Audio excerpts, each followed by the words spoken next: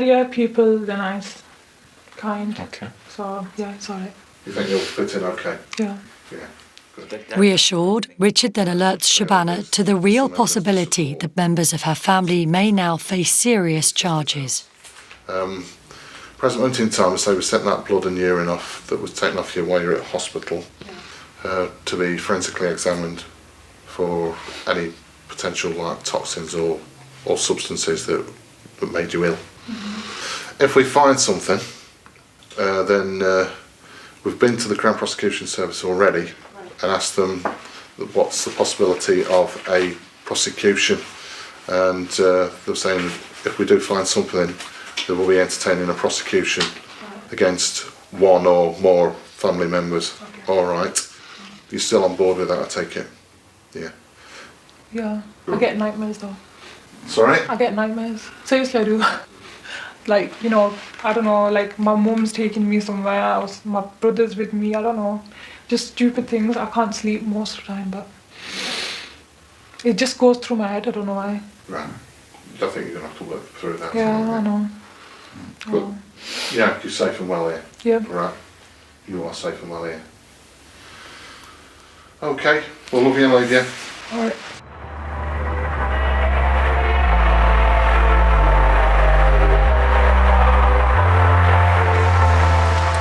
A few weeks later, the toxicology report arrives. Its findings will be crucial. It could reveal what caused Shabana's condition after she drank the hot, sweet milk. We've got a statement back from a forensic scientist who's analysed the urine. There's 6 pages. It confirms that there are traces of lorazepam, a powerful sedative.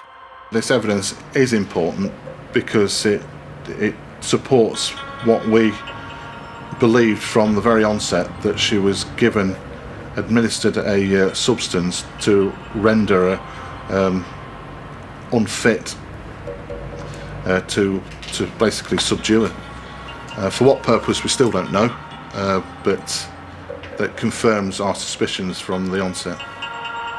Putting a sleeping tablet, a prescription medication into somebody's drink, yeah, it is a desperate act.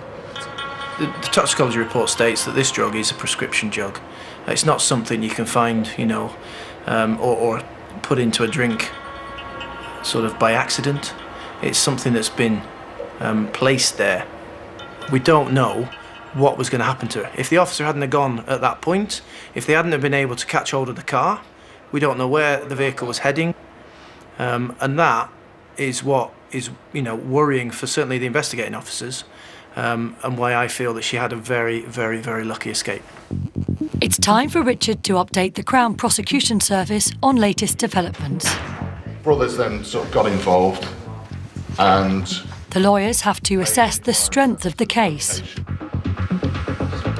and the villain of the piece is the Shamres car.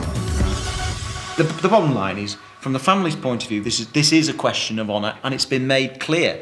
You know, the disrespecting the family is an honour type situation, isn't it? I don't think there's any dispute about that. No. It's about the family honour and her doing things that are not consistent with where they see the family going with whatever. So we're fairly clear on that. That's these are photographs of this. Richard briefs the lawyers on how Shabana's brother had climbed through the kitchen window of her house while she was away, and how Shabana's belongings were taken. At this point, Mum and brother start sort of collecting all Her personal belongings. all her stuff, Yeah. Everything that's there that's belonging to her, and also crucially a passport and a marriage certificate. Oh dear. Okay, Which means control. a lot of control, yeah.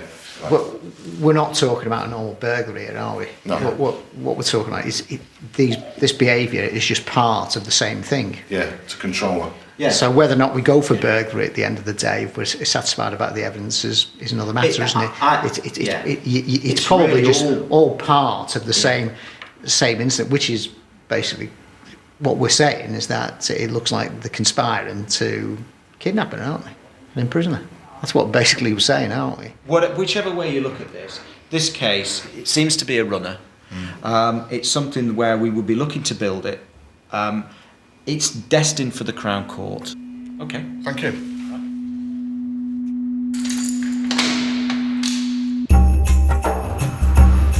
After further investigations, the police bring all 5 members of the family back for formal charging for kidnap, false imprisonment and administering the drug lorazepam.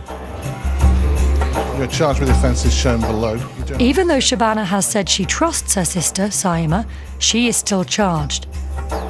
Call you Mohammed, is that okay? Or Her father, Mohammed, is still baffled by what is happening. Do you want to make any reply to the charges? Not guilty. Not guilty.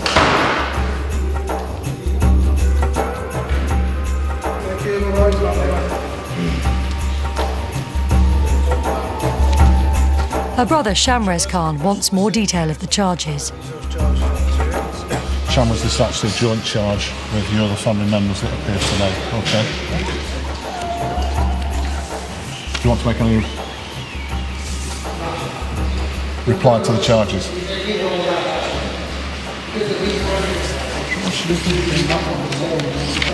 So it's namely false imprisonment, where you kept somebody in an area against their will. That was actually kidnapped, removed, that's actually moving someone from one place to another. Okay, so he's asking if you've any reply to make. No comment. Okay, thank you. July. Okay, you must attend court on that date. If you don't, there will be a warrant issued for your arrest. Right? Her mother, Shamim Akhtar, who helped collect Shabana's belongings, also faces charges.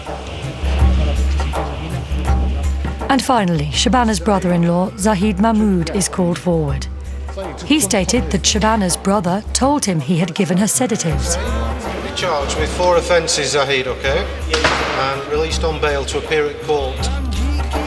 In a later statement, he said he couldn't be certain about what he said. But now it's time for a jury to decide who and what to believe. I don't think they're expecting the seriousness of the charges. Obviously, they were informed prior to attending the police station this morning via their solicitors that they were facing charges, but we didn't tell them the nature of the offences of which they were going to be charged. Yeah, I think it took the wind out of the sails, really. Anyone that is facing any one of them particular charges will be automatically going to Crown Court. They're indictable-only offences, quite serious offences. Each of them carries a life sentence, potentially. Obviously, in this case, it would obviously be up to a judge to decide the relevant sentences should they be found guilty. And the next protocol is court. Right, I'll see you out. Okay.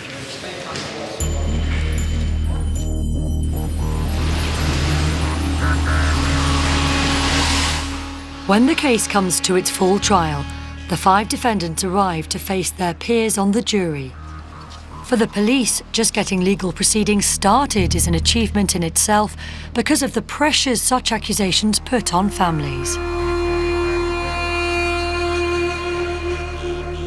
Most people who are in her situation or similar situations don't want to attend court and don't want to effectively send their family to prison. The thought of that and criminalising them is a very difficult choice to make.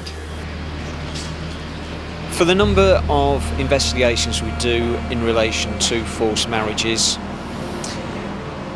very few actually come to court, because before we get to that stage, before we go and do a prosecution with the Crown Prosecution Service, many of the victims want to withdraw. The court allows Shabana to give her evidence from behind a screen, so she is hidden from her family's view. Even so, the whole thing is a tremendous ordeal.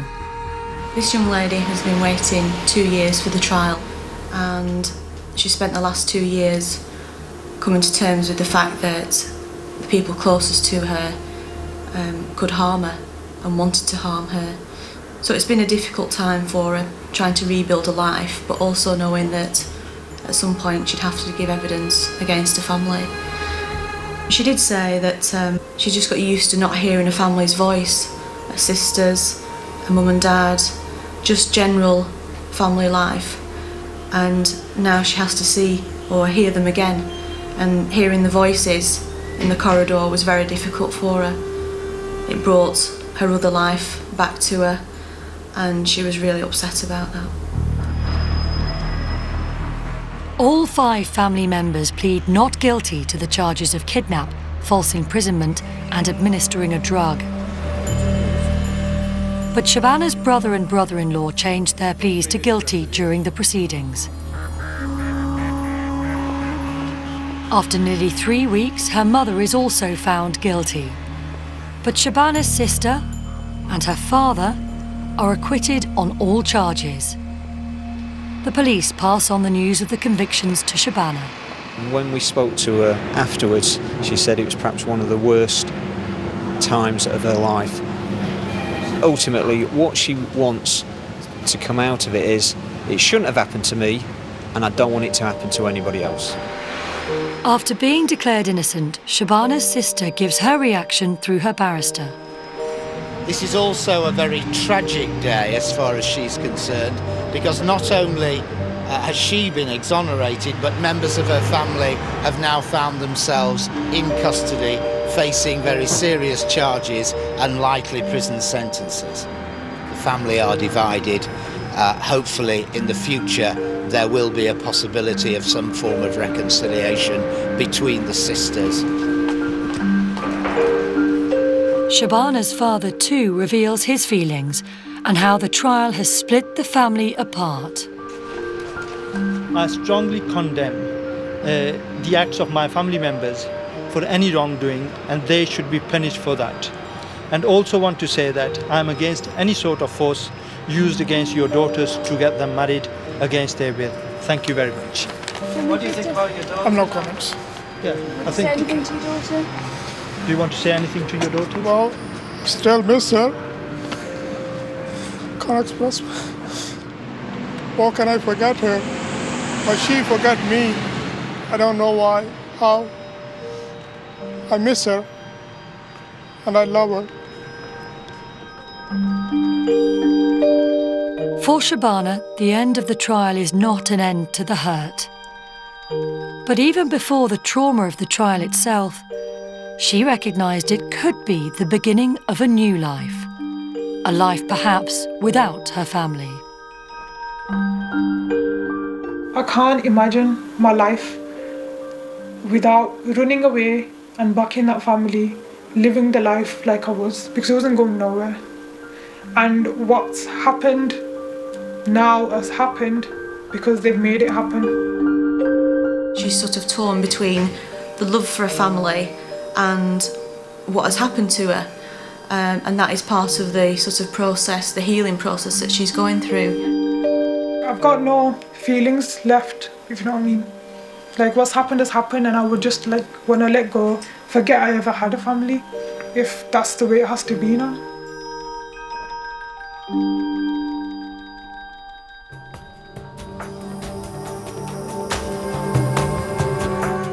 For details of organisations which offer advice and support, go online to bbc.co.uk/actionline or call the BBC Action Line to hear recorded information on 08000 680 133. Lines are open 24 hours and are free from a landline. Mobile operators will charge.